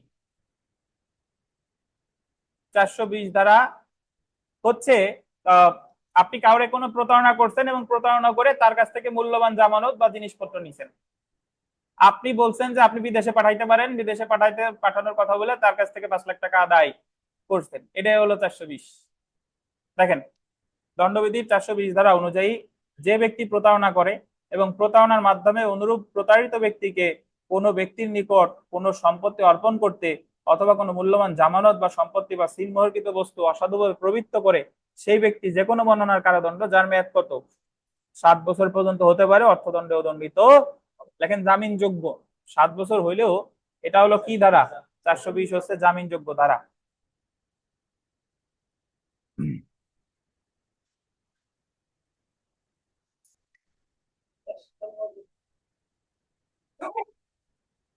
উদাহরণ দেখি। সগীর পাবেলকে বলে যে সে সৌদি আরবে চাকরি করে এবং দুজন ব্যক্তিকে সৌদি আরবে নেয়ার জন্য তার নিকট বৈধ ভিসা রয়েছে। এই কথা বিশ্বাস করে পাবেল তার ভাইকে সৌদি আরবে পাঠানোর জন্য সগীরকে 5 লাখ টাকা দেয়, কিন্তু সগীর পাবেলের ভাইকে বিদেশে পাঠাতে পারে না। এখানে সগীর 420 ধারায় অপরাধ করেছে বলে কি গণ্য হবে? তাহলে আমরা ছদ্মবেশে প্রতারণা পড়ে ফেললাম। আমরা একটি প্রশ্নে যাই, চলেন প্রশ্নে চলে আসি। দেখেন, প্রশ্নে আমরা এ পড়েছি, বি হচ্ছে দৃষ্টান্ত সহকারে মিথ্যা পরিচয় প্রতারণা ব্যাখ্যা করুন, পড়ছি। সি দেখেন, অপরাধমূলক বিশ্বাসভঙ্গ এবং অপরাধমূলক সম্পত্তি আত্মসাতের মধ্যে পার্থক্য সমূহ আলোচনা করুন। এটাও কি পার্থক্য, যদিও আমি আপনাদের ওইভাবে পড়াই নাই, বাট ইনশাল্লাহ আপনারা একা একা পারবেন, পার্থক্য আলোচনা করতে পারবেন।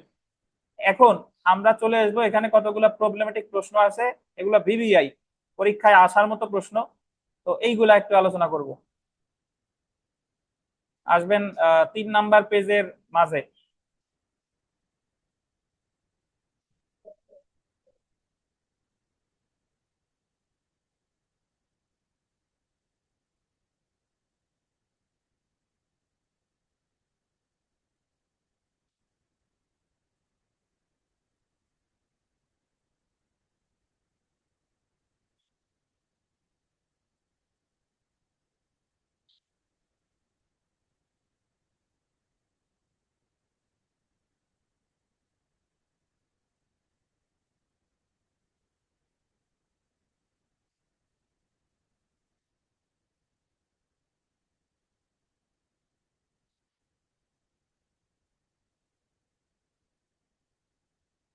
আচ্ছা দেখেন, ক খ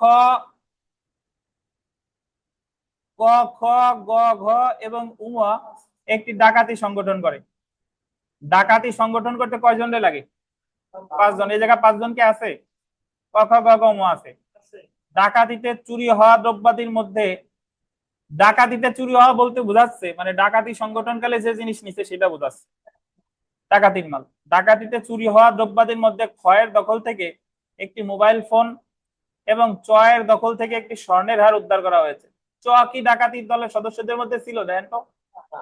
তাহলে চ হলো অন্য একজন ব্যক্তি, বাট তার কাছ থেকে ওই ডাকাতির মাল উদ্ধার করছে, স্বর্ণের হার। চ হারটি চুরি হওয়া দ্রব্য জেনেই ভয়ের নিকট থেকে গ্রহণ করছে। চ জানে যে এটা ডাকাতির মাল, সে ভয়ের কাছ থেকে এটা কি গ্রহণ করছে, ধরেন কিনছে। ক খ গ ঘ উম এবং চ এই 6 জন আসামির বিরুদ্ধে দণ্ডবিধির 395 এবং 412 ধারার অভিযোগ গঠন করা হয়েছে।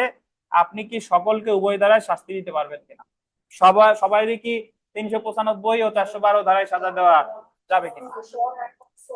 412 হলো একমাত্র চ, কারণ সে ডাকাতি লব্ধ মাল ক্রয় করেছে। আর বাকি কয়জন হচ্ছে কি 395, তারা যেহেতু ডাকাতি করেছে তো তাদের বিরুদ্ধে আসবে 395 ধারা। দেখেন আমরা বিচার্য বিষয়ে আসি, যে সকলকে উভয় ধারায় শাস্তি দেওয়া যাবে কিনা তা আলোচনা করতে হবে। আবার এখানে একটা জিনিস দেখেন, চ যদি সরল বিশ্বাসে ক্রয় করত তাহলে কি হতো বলেন? তাহলে হতো না।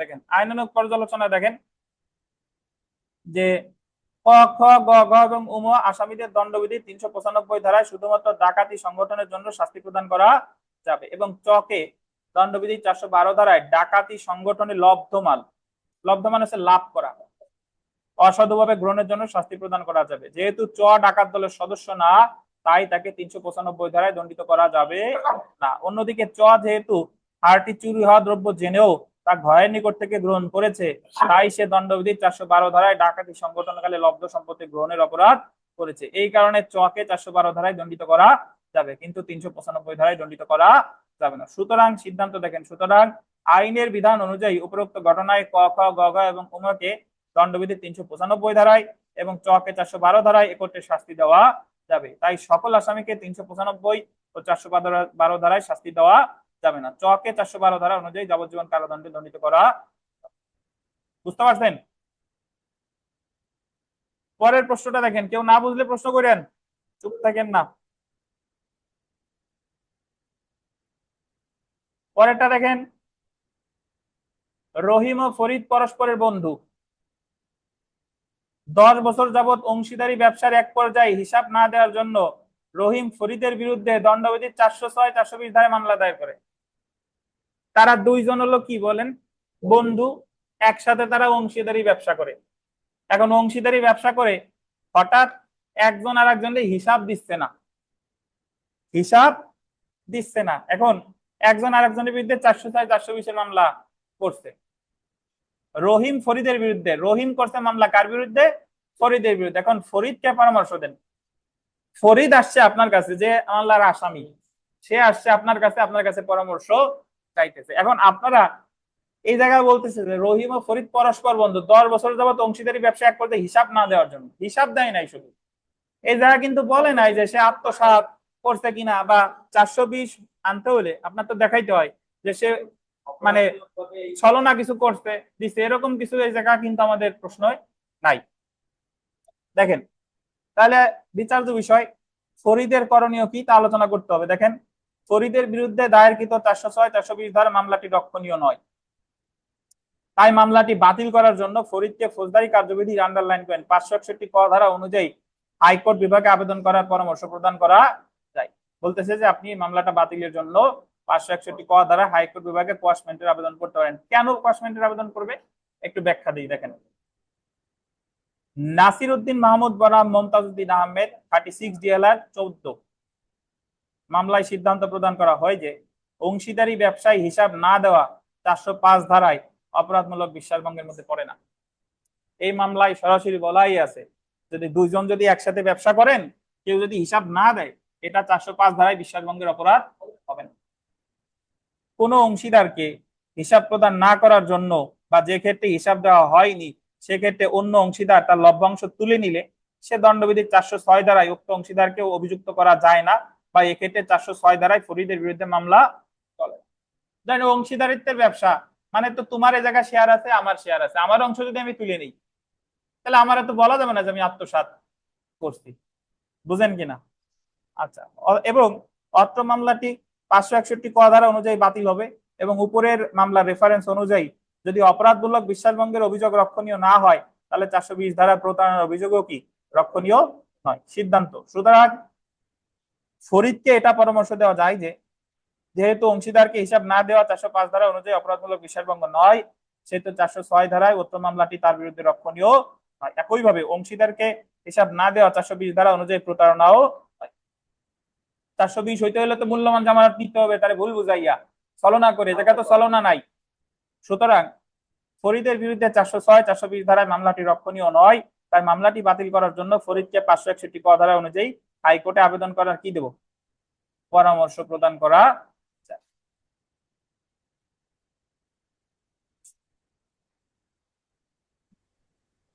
স্যার আমার একটা প্রশ্ন আছে এই ক্ষেত্রে। বলেন। স্যার এই যে মামলাটা করা যাবে না, রক্ষণী না, এটা তো ফৌজদারি মামলা, ক্ষেত্রে দেওয়ানি মামলার ক্ষেত্রে কিন্তু ফরিদ মামলা করতে পারে নাকি? দেওয়ানি মামলা দেওয়ানি মামলা করতে পারবে কিনা, যেহেতু ফৌজদারি মামলা বাতিল হবে না, তাহলে সে যদি দেওয়ানি মামলা করতো তাহলে ওইটা রক্ষণীয় ছিল কিনা।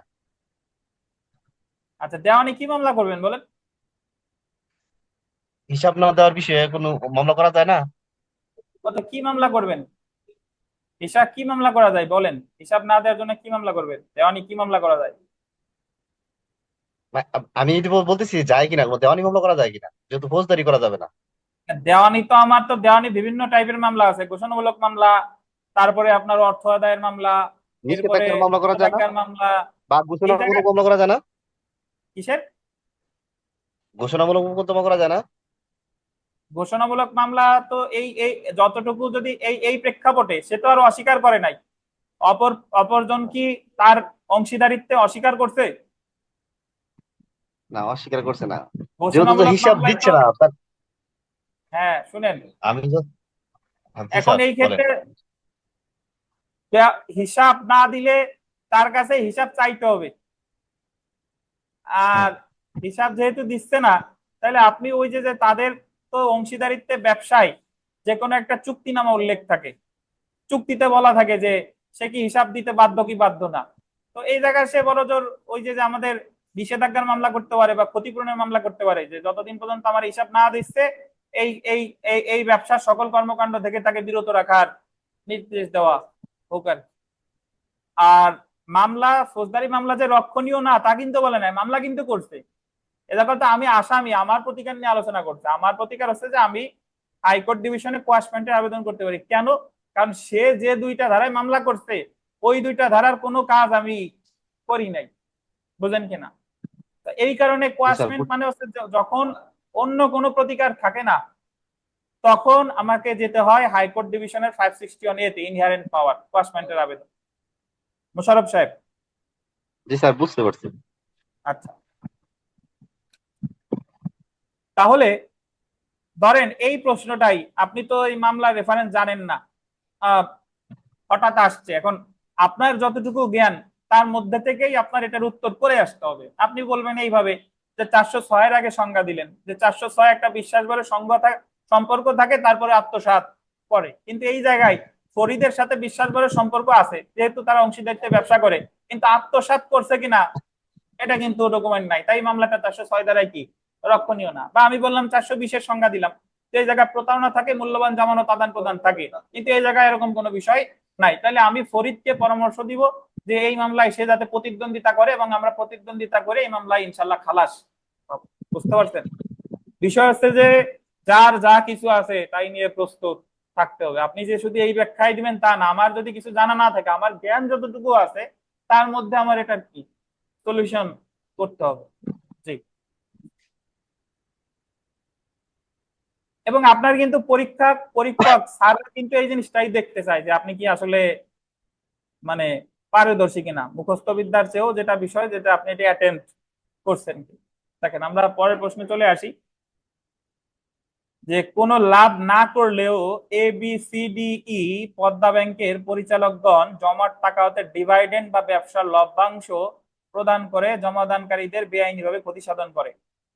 পরিচালকগণের দায়িত্ব আলোচনা করুন। একটু বুঝেন, ব্যাংকের পরিচালক হচ্ছে কে কে? ABCD আর কি ই, এই পাঁচজন। এরা করছে কি ডিভাইডেন্ড। ডিভাইডেন্ড শব্দটার বাংলা অর্থ হলো ব্যবসার লভ্যাংশ। ব্যবসার কি লভ্যাংশ। ব্যাংকের যারা পরিচালক থাকে, তারা যদি ব্যাংকে লাভ হয়, তাহলে ওই ব্যাংকে যাদের শেয়ার আছে তারা ওই লাভটা পাবে। আর যদি ব্যাংকে লাভ না হয়, তাহলে তো লাভ পাওয়ার কোনো নিয়ম নাই। কিন্তু দেখেন, এই পরিচালকগণ করছে কি, ব্যাংকে কোনো লাভ হয় নাই, তারপরও লভ্যাংশের টাকা ভাগ করে নিছে। বুঝেন কিনা? নিয়ম হচ্ছে কি, লাভ হইলে ভাগ করা যাবে, লাভ না হলে কি ভাগ করা যাবে না। তো এরা করছে কি, লাভ তো হয়ই নাই, যারা এই যে ব্যাংকে অ্যাকাউন্ট নর্মালি টাকা রাখছে, তাদের টাকা, গ্রাহকের টাকা থেকে এরা লভ্যাংশ ভাগ করে নিছে। বুঝতে পারছেন? তো এখন এই পরিচালকগণের দায়িত্ব আলোচনা করতে হবে, যে পরিচালকগণরা কি কোনো অপরাধ করছে কিনা। একটা রেয়ার একটা সেকশন আমরা প্রিলিমিনারিতে পড়ি নাই, দেখেন এ বি সি ডি এবং ই পদ্মা ব্যাংকের পরিচালকগণ দণ্ডবিধির আন্ডারলাইন করবেন 418 ধারায় শাস্তিযোগ্য অপরাধ করেছে। কত ধারায়? 418 ধারায়। 418 ধারায় বিধান করা হয়েছে, যদি কোনো ব্যক্তি এরূপ জ্ঞান সহ প্রতারণা করে যে সে সম্ভবত প্রতারণাটি যে লেনদেন সম্পর্কিত সেই লেনদেনের ব্যাপারে যে ব্যক্তির স্বার্থ সংরক্ষণ করার জন্য কোনো আইনি বা চুক্তি অনুযায়ী বাধ্য, সেই ব্যক্তি যদি কোনো অন্যায় ক্ষতি সাধন করে তাহলে উক্ত ব্যক্তি যে কোনো বর্ণনার কারাদণ্ড যার মেয়াদ 3 বছর পর্যন্ত হতে পারে বা উভয় দণ্ডে দণ্ডিত হবে। মানে আপনি যদি কোনো লেনদেনের কোনো ব্যক্তির স্বার্থ রক্ষার দায়িত্ব থাকেন কিন্তু পরবর্তীতে স্বার্থ রক্ষা না করিয়া উল্টো তাদের কি করছেন? ক্ষতি করছেন। যারা ব্যাংকের টাকা রাখে এই আমানতের রক্ষা করার দায়িত্ব পরিচালকগণের বা ব্যাংকের, বাট আপনি তাদের টাকা হয়তো উল্টে কি লভ্যাংশ নিয়ে নিছেন, তার মানে আপনি যেটা রক্ষা করার দায়িত্ব ছিলেন রক্ষক হয়ে গেছে কি রক্ষক। যেহেতু কোনো লাভ না করলেও এ বি সি ডি এবং ই পদ্মা ব্যাংকের পরিচালকগণ পদ্মা ব্যাংকের জমা টাকা হতে ডিভাইডেন্ড মানে কি ব্যবসার লভ্যাংশ ডিভাইডেন্ড প্রদান করে জমাদানকারীদের বেআইনিভাবে ক্ষতি সাধন করেছে, এবং যেহেতু উক্ত পরিচালকগণ জমাদানকারীদের স্বার্থ রক্ষার্থে আইনত বাধ্য ছিল, তাই তারা জানতো যে লভ্যাংশ প্রদান করা হলে জমাদানকারীদের স্বার্থ ক্ষতিগ্রস্ত হবে, সেহেতু এমনটা জেনে প্রতারণ করা দণ্ডবিধির কত ধারায় অপরাধ? 418 ধারায় শাস্তিযোগ্য অপরাধ। সিদ্ধান্ত দেখেন, সুতরাং এ বি সি ডি এবং ই পদ্মা ব্যাংকের পরিচালকগণ দণ্ডবিধি 418 ধারা অনুযায়ী যে কোনো বর্ণনার কারাদণ্ড যার মেয়াদ কত? 3 বছর পর্যন্ত হতে পারে বা উভয় দণ্ডে দণ্ডিত হবে। কে বুঝেন নাই? পিয়াল সাহেব বুঝতেন? মোশাররফ সাহেব? জি স্যার, বুঝতে পারছি। আচ্ছা, আমরা পরের সমস্যাটা দেখি। এ রাস্তায় একটি দামি মোবাইল সেট পেল। এ জানতো না যে ওই মোবাইল সেটের মালিক কে। ওই মোবাইল সেটের মালিক মোবাইল সেটের প্রকৃত মালিককে খুঁজে বের করার চেষ্টা না করেই এ উক্ত মোবাইল সেট বিক্রি করে দেয়। এ কোনো অপরাধে দোষী? যুক্তি সহ উত্তর দেন। কি করছে? কত ধারা অপরাধ করছে? 403 ধারা। সাজা হবে কত? 2 বছর।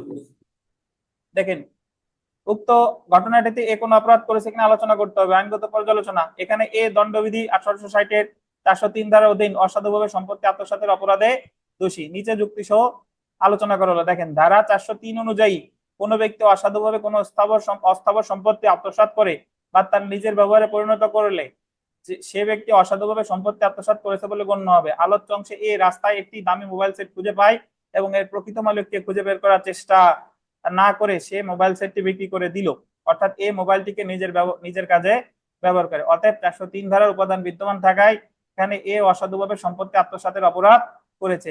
এর শাস্তি লেখেন, শাস্তি 2 বছর পর্যন্ত সশ্রম বা বিনাশ্রম কারাদণ্ড বা অর্থদণ্ড বা উভয়। সিদ্ধান্ত, এ দণ্ডবিধির 1860 এর 403 ধারার অধীন অসাধুভাবে সম্পত্তি আত্মসাতের অপরাধে দোষী হবে।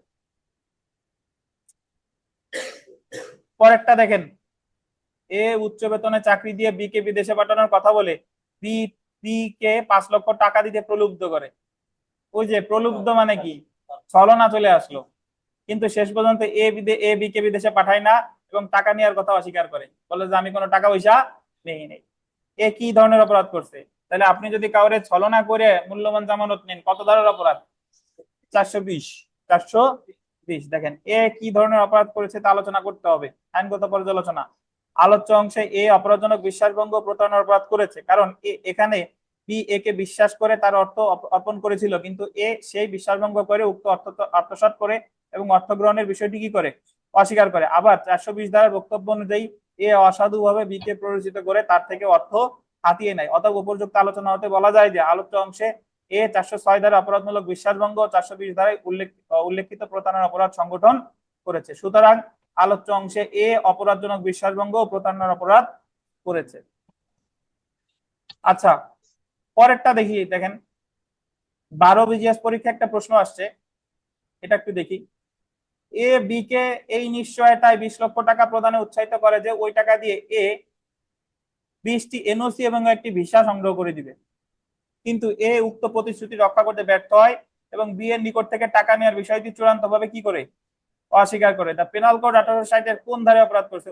উপরের উত্তরও যা, এটার উত্তরও কি তাই। তো আর পড়লাম না, একই ধরনের আর কি। সব শেষের প্রশ্নটা আমরা একটু দেখি, দেখেন যে এক্স এর নিকট থেকে 2 লক্ষ টাকা ঋণ নেন এবং তা 1/1/2020 তারিখের মধ্যে পরিশোধের শর্ত থাকে। ঋণ নেওয়ার পর পরিশোধ করবে কয় তারিখ? জানুয়ারি মাসের 1 তারিখে। নির্ধারিত তারিখে এক্স তা পরিশোধ না করলে ওয়াই দেওয়ানি আদালতে মামলা করে। নির্ধারিত তারিখে পরিশোধ করতে পারে নাই, তাই সে কি করছে? দেওয়ানি আদালতে কি করছে? মামলা করছে। তিনি পাশাপাশি একটি ফৌজদারি মামলাও করতে চান। আইনজীবী হিসেবে সংশ্লিষ্ট আইন ও ধারা উল্লেখে ওয়াই কে পরামর্শ দিন। দাঁড়ান, লাইন কেটে যাবে, আবার নতুন লিঙ্ক দিচ্ছি, জয়েন করেন। আচ্ছা দেখেন, আমরা এটা একটু পড়ি। তো বলছে যে তিনি পাশাপাশি একটি ফৌজদারি মামলাও করতে চান। আইনজীবী হিসেবে সংশ্লিষ্ট আইন ও ধারা উল্লেখে ওয়াইকে পরামর্শ দিন। সে অলরেডি একটা দেওয়ানি মামলা করছে। তো বিচার্য বিষয় দেখেন, এই যে সেই প্রশ্ন, এই প্রশ্নে আমাদের জনৈক ছাত্রী, এখন আর আমার নাই, উনি লিখছিলেন যে আমি ওনাকে এনআই অ্যাক্টের মামলা করার পরামর্শ দেব। এনআই অ্যাক্টের মামলা, মরিয়ম বৌদ্ধ লেখছে এনআই অ্যাক্টের মামলা। এখন আপনি এ জায়গায় পরীক্ষার প্রশ্ন আসছে দণ্ডবিধিতে, এ জায়গায় এনআই অ্যাক্টের মামলার পরামর্শ দিলে হবে না। চেকের কথা উল্লেখ নাই, ধন্যবাদ। চেকের কথা যদি উল্লেখ থাকতো তাও পরামর্শ এনআই অ্যাক্ট হতো না, বুঝতে পারছেন? কারণ এনআই অ্যাক্ট আপনার ওইটা বিশেষ আইনের প্রশ্ন, আপনার সলিউশন দিতে হবে কি কি অনুযায়ী? দণ্ডবিধি অনুযায়ী। জি ধন্যবাদ। দেখেন বিচার্য বিষয় দেখেন, ওয়াই ফৌজদারি আদালতে মামলা করতে পারবে কিনা তা আলোচনা করতে হবে। আইনগত পর্যালোচনা দেখেন, ওয়াই ফৌজদারি আদালতে মামলা করতে পারবে না, কারণ দেনাদার এক্স যে ঋণ নেন তা নির্ধারিত সময় পরিশোধ করতে পারেননি, যেটি একটি দেওয়ানি অপরাধ, এবং পাওনাদার ওয়াই ইতিমধ্যে দেওয়ানি আদালতে প্রতিকার প্রার্থনা করেছেন। যেহেতু দেনাদার এক্স শুধুমাত্র নির্ধারিত তারিখে পাওনা পরিশোধে ব্যর্থ হয়েছেন, এর বাইরে তিনি কোনো প্রতারণার আশ্রয় নেননি। প্রশ্নে কোনো প্রতারণার কথা বলা আছে না, এবং তার দিক থেকে কোনরূপ অসাধু উদ্দেশ্য প্রতীয়মান হয়নি, তাই তার বিরুদ্ধে কোনো ফৌজদারি কার্যধারা গ্রহণ করা যায় না। তবে যদি দেনাদার এক্স নিম্নরূপ কোনো অসাধু উদ্দেশ্য থাকতো বা প্রতারণা আশ্রয় গ্রহণ করতো, তাহলে তার বিরুদ্ধে ফৌজদারি কার্যবিধির 417 ধারায় মামলা করা যেহেতু এরূপ কোনো কিছুই নাই, তাই ওয়াই ফৌজদারি প্রতিকার পাবে না। অতএব ওয়াই এর প্রতি আমার পরামর্শ থাকবে তিনি যেন এক্স এর বিরুদ্ধে ফৌজদারি মামলা দায়ের করা থেকে কি থাকেন? বিরত থাকেন। সিদ্ধান্ত সুতরাং ওয়াই এর প্রতি আমার পরামর্শ থাকবে তিনি যেন এক্স এর বিরুদ্ধে ফৌজদারি মামলা দায়ের করা থেকে কি থাকেন?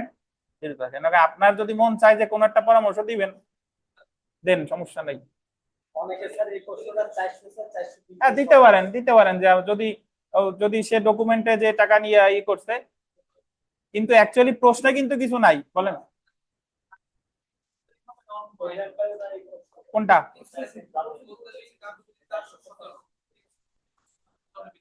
কোন 417 বুঝি না। এটা দণ্ডবিধির 417, দণ্ডবিধির 417। এ জায়গা হলো দণ্ড, এই যে এই লাইনটা, এই জায়গা হলো দণ্ডবিধির 417 ধারায় মামলা করা যেত। তো আজকে এতটুকুই। কোনো প্রশ্ন আছে কিনা আপনাদের ভাই যারা আছেন অনলাইনে? স্যার আগামী পরীক্ষার কোশ্চেন গুলো একটু স্যার বলে দেন কোন কোনগুলা। আগামী পরীক্ষার, আপনাদের এই পরীক্ষার খাতা এখনো দেই নাই, যাই হোক আগামী পরীক্ষা বলে দিই, শুনেন। শনিবার যে পরীক্ষা সেটা বলতেছি, ওয়েট।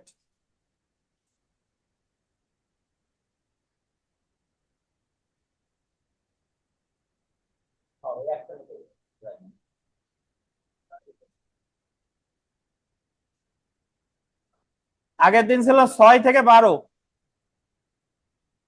জি স্যার।